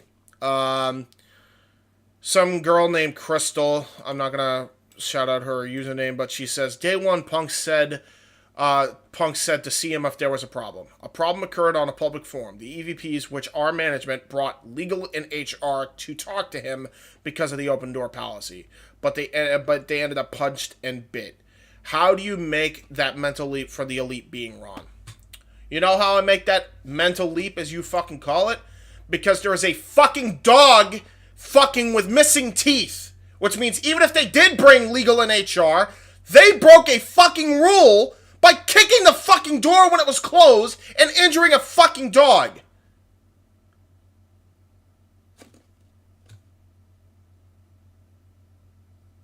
Legal and HR is out the fucking window at that point. Fuck you with that legal and HR bullshit. They kicked the fucking door down and injured Larry. Enough said. Fucking God, man. These people, I swear to God. None of these fuckers are bright. Anyway. I'm not going to read the Jim Cornette one. I don't care. Fuck him, too. He's just as fucking bad and causing the fucking half the problems. Dan Brown, some guy named Dan Brown says that the damn shame the EVPs demanded they shut down the podcast because they didn't like hearing the truth. Dax Harwood and co-host Matt Kuhn have officially announced the end of FTR with Dax Harwood. Alright. This is news that I didn't understand. Hold on.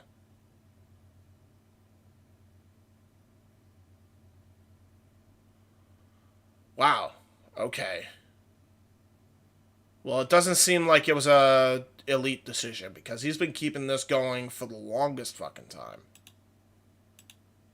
And judging by this... okay, so this is from the Wrestling Purist.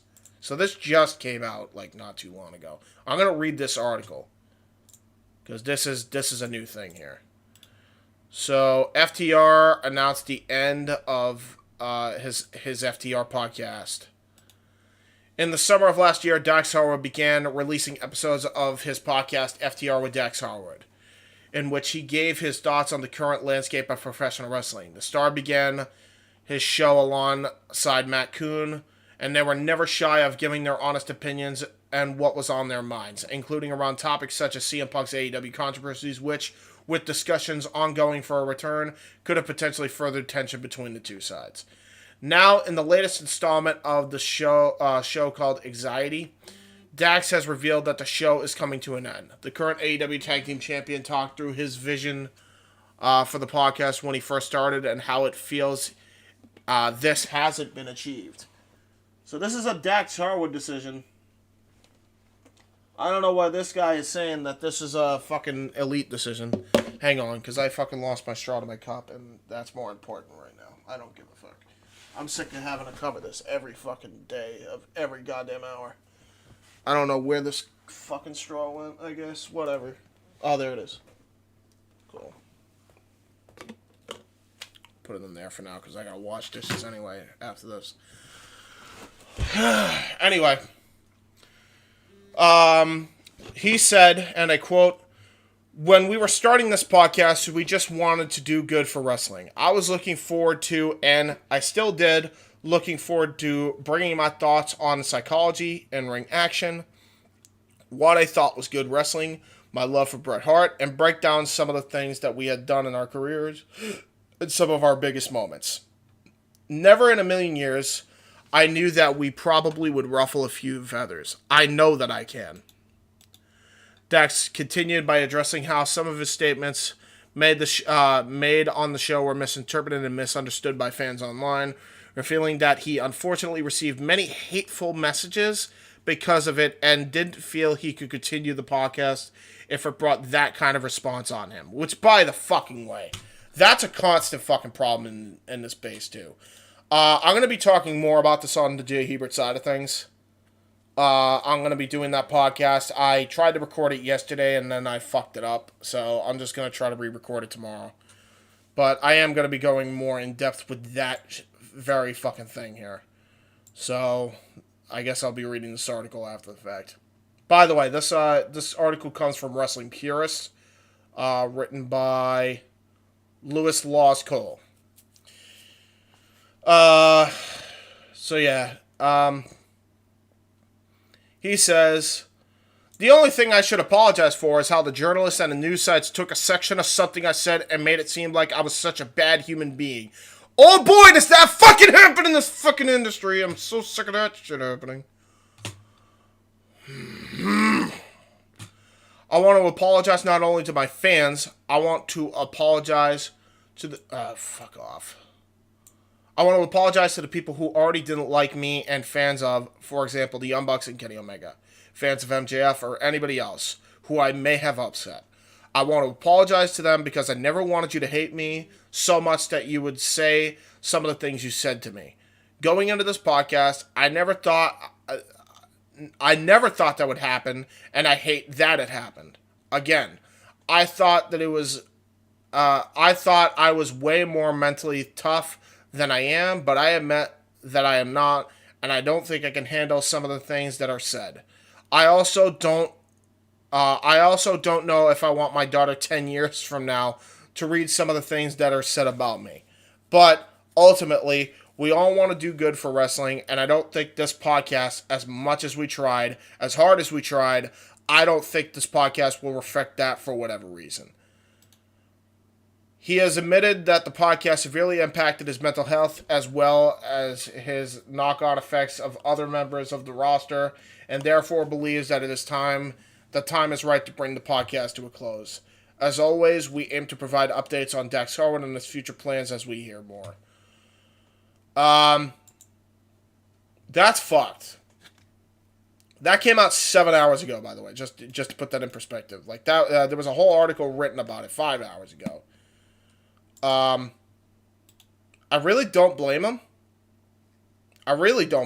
Like, Dax Harwood is going through a lot of shit that a lot of podcasters go through in the IWC space. It is a fucking toxic cesspool of bullshit. Unless you're like a small review like me, or you're like New Legacy Inc. or Deadlock or something of that nature. Like, if you're just a fan, chances are you get it a lot less. But the fucking fans on social media just fucking dog on you if you've worked in the industry and you have the slightest of opinions. Now, granted, it doesn't help when you have people like Jim Cornette and fucking with guys like Jim Cornette and Brian Last and fucking Disco Inferno spewing out absolute nonsense on a weekly basis. Sometimes Conan also. But, people like Booker T, who gets shit on for having negative opinions, and they only take his negative opinions. Never, ever take the positive times. I've heard him talk so positively about AEW, about NWA, about insert wrestling company here. Every company has had positives talked about him on his podcast. Every company has had negatives talked about him. Booker T is not a biased guy, like a lot of people fucking claim.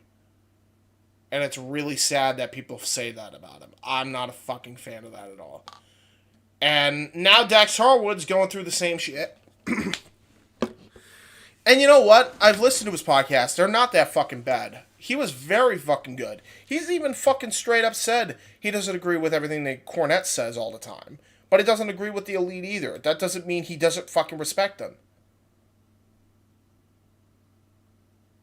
Like, I don't fucking understand that. The fact that that's even happening is fucking insane. So, I'm going to read this last comment.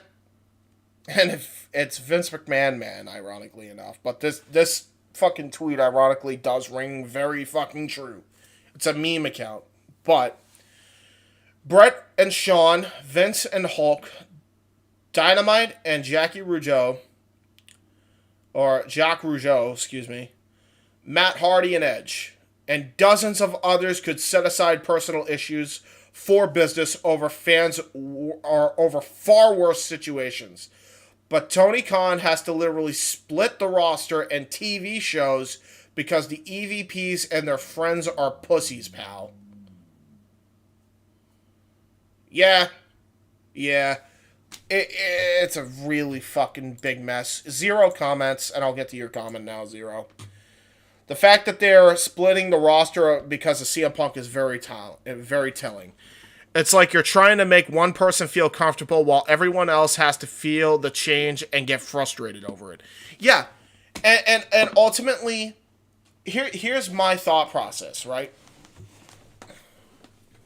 I don't think that people don't want to see Punk back. I don't think a majority of people don't want Punk back. There was a video that came out about a bunch of AEW wrestlers and some WWE wrestlers that want Punk back. Jade Cargill's a huge proponent of being Punk's fan. JR, same thing. Jericho has even said, I like Punk. I like working with him. I have my issues with him. I don't agree with him all the time, but I do want to work with him. There was a few other people that, like, obviously FTR. But there was a lot of people. Ricky Starks. Like, there are people that loved Punk for what he did for them. People really enjoyed it. Really enjoyed his stuff that he was doing. And really wanted to see him conclude his feud with MJF. And I think they still ultimately do. Even if the roles are reversed. And he's probably not going to get another world championship for a long time. Which, honestly, I agree with. He shouldn't get a world title after that bullshit. I do think he needs to compete for it just for the sake of business. I think you need to do the Fatal 4-Way match that I pitched between Hangman Page, Kenny Omega, MJF, and CM Punk, because you're never gonna get another 4-way that fucking natural, with the exception of the 4 pillars, obviously, that they're gonna be doing for Double or Nothing.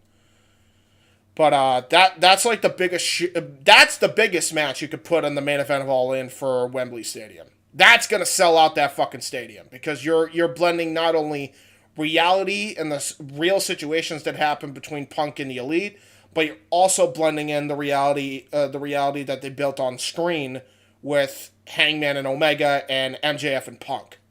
And the only thing that you really have to cross your T on is MJF and Omega on TV. And then it's perfect. Like, you're never going to get another opportunity like that again. Like, that's a 1 in a million shot. But I think people do want to work with Punk. And hell, fucking Omega doesn't seem like he's against the idea either. I did see there was a comment somewhere. I didn't read it because I'm sick of reading, but Omega does seem open to the idea. So Omega doesn't seem opposed to it.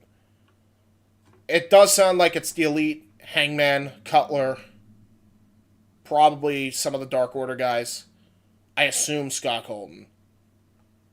Bobby Fish, who's not even fucking there. Fucking Adam Cole. Adam Cole was defending Punk. He wants Punk back. He said nothing but nice things recently about Phil. Same with Kyle O'Reilly. Nothing but nice things about him. Which, by the way, Bobby, you fucked up if the guys aren't even fucking acknowledging you now. Good job, idiot. So yeah, I mean, yeah, I don't think it's one of those things where the rest of the roster is uncomfortable with Phil being back. I think it's a certain minority that feels like a majority because they're the loudest, that aren't okay with Punk being back. But as I said, this wouldn't have fucking happened if you'd have let him cool down in the fucking first place. Simple as that. You kicked his fucking door down and you injured his dog. And all bets were off at that point. That was it. Do business. Period. End of story. There is business to be made with all this shit. So there you go. I really have nothing else to say on that whole thing. I think that pretty much covers it. That's all the stuff that we needed to talk about for AEW this week, and content-wise and news-wise. I hope you guys enjoyed this podcast. Lord knows I didn't towards the end. I wish I could have talked about more positive things about AEW. I am looking forward to All In, but not nearly as much as I would have in the past. Again, I'm going to be going into more detail on what my whole thought process of pro wrestling is right now. Because, shout out, it's not positive. It's mostly negative. But, yeah, man, like, it was a good week at least. Like, it could have been a worse week, but I don't know, man. I feel like I'm not even present for a lot of things right now. And I feel like I'm doing these shows just to do them because we have a scheduled show every week. And, you know, we made it. We've made it so far. 15 weeks so far for both WWE Aftershock and AEW Spark. But, like, I'm not even on one of them. And I'm never going to be on that one again. I'm not going to be on an Aftershock for the foreseeable future. Until Vince is gone from power again. Which may never fucking happen. And judging by this Ariel of Emmanuel fucking Donnie, I don't think I'm going to be watching for a while anyway, but... yeah, I don't know. Like, I'm done with WWE content completely, including I'm not even going to be on the Jeff Meacham Network watch-alongs. When it comes to WWE content. I'm going to be on everything else other than WWE. And for the time being, I'm going to be doing AEW Spark until I can get a host that I can rely on to read and, you know, go over notes and you know, can be there every week. That isn't Noah. And I say isn't Noah because Noah is a reliable host. It's just Noah's the host of like 15 other projects. So, like, I don't want to fucking stress him out more, especially with this week, because he was fucking deathly sick today, this week. That's why it's a solo show.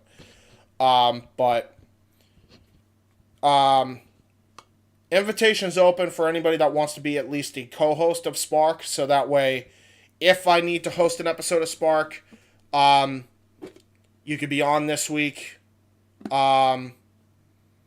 If Noah can't be on, either way, I'll do that show. Or, you know, fucking something of that nature. Maybe Noah will host and then I don't have to be on that week at all, which will be good. And then that's one less thing. Zero, if you're down, you're more than welcome to. You're in the FTW chat. You know the channels where everything is. I'll put you in for next week, and then you can co-host Spark with Noah next week. Do me a favor though, and let me know if you want to, if you have like your own icon that you want me to put. Because usually what I do is I use a WYW character that somebody voice acts and put them over the icon. So that's usually what I do. So okay, cool. Yeah, watch Dark and Dark Elevation because we covered both of those shows, and Dynamite and Rampage. Those are the shows that we are covering every week. We're not covering what's it called? All Access. We don't cover that shit. We covered the first 2 weeks because of the news. But we're not covering any of the other stuff that's happening there because I'm over it. You will notice that on the thumbnail, by the way, Double or Nothing is there. So we are on the road to Double or Nothing. By next week, I'm going to make sure to You know, I'm going to basically make sure to have a Double or Nothing graphic where it says Road to Double or Nothing. And then we're going to go from there. So be on the lookout for that because we are on the road to that event. We're basically a month out at this point. So we're 4 weeks away starting next week, I believe. When is Double or Nothing? I'm actually going to ask Google. When is All Elite Wrestling's Double or Nothing event? It will be on May 29th. Oh, wow. That's way longer than I thought it would be. That's actually 6 weeks away, if I'm correct. Yeah, so next week it will be 5 weeks away. 5, 4, 3, 2, 1. Wait. 29th? That's a Monday. What are we talking about here? It took place during Memorial Day. The last event took place on, okay, May 28th, 2023. So yeah, it is May 28th. Okay, so yeah, that's 5 weeks in total. So by next week we're gonna be 6 weeks away basically. We're gonna be 6 weeks away by the time we do the next show on Tuesday or Wednesday afternoon. So yeah, either way, either I'm gonna host it or Noah's gonna host it. Either way, depending on how he feels. But Zero will be a special guest, and that means I have to fucking get a picture of his Evan Sagat icon. Oh boy, but that's fine. So yeah, I'll be getting that ready to go, and you'll be seeing Zero by the time he comes in. And yeah, man, good to have you aboard. You've been in the chat, but now you get to host a show, so there you go. With that said, I hope you guys enjoyed this episode of AEW Spark. And if you like what you saw, make sure you leave a like on the video. Make sure you comment down below what you liked about the show. What matches were your favorite from AEW this week. Stay tuned for Retro Wrestling Review Series to make a comeback this week. We're going to be doing draft shows this weekend. So Saturday and Sunday, we are going to be doing WWE draft shows. So we're going to be doing 2002 and 2005. And then during the next week, after the weekend, we're going to be doing 2017 Superstar Shakeup, or Owen and Chris will be. And also 2017 Backlash. Oh boy. And we'll also be back in the saddle for WWE Backlash reviews next week after the fact. So, there's going to be a lot of content coming this week, including a fantasy booking series, Owen and James, end of their tag team run, part 4. So that's going to be coming out this weekend as well. So you're going to be saddled full of fucking content this week, for sure. So until then, I hope you guys enjoy the content that's coming on this channel. And that will be soon to be coming on the Owen the Talkinator channel. I'm in the process of working on intros and screen graphics right now for that channel. Shows that will be on there will be Content and Review, Character Select, Owen and AJ Talks, and Retro Movie Review Series, all on that channel. So go check that out as well. Owen the Talkinator down below. And what was formerly CM Brothers, FTW Main Hub now is the new FTW Main Hub. We're going to be moving every Main Hub thing over there. We're going to have all our playlist in one location there, as opposed to just having it on my channel. We're going to move it over there. So go check that out when you can. We're going to be posting content on there. We're going to be posting retro content. We're going to be posting content that has been on all of our channels, whether it's Mistress Audio's dramatic reading with me and her, or whether it was WYW Immortal, or whether it was Button Master Stable Wars. Whatever it is, we're going to be posting it. Definitely go and check out those episodes when we can. Maybe even a little bit of compilation clips, who knows.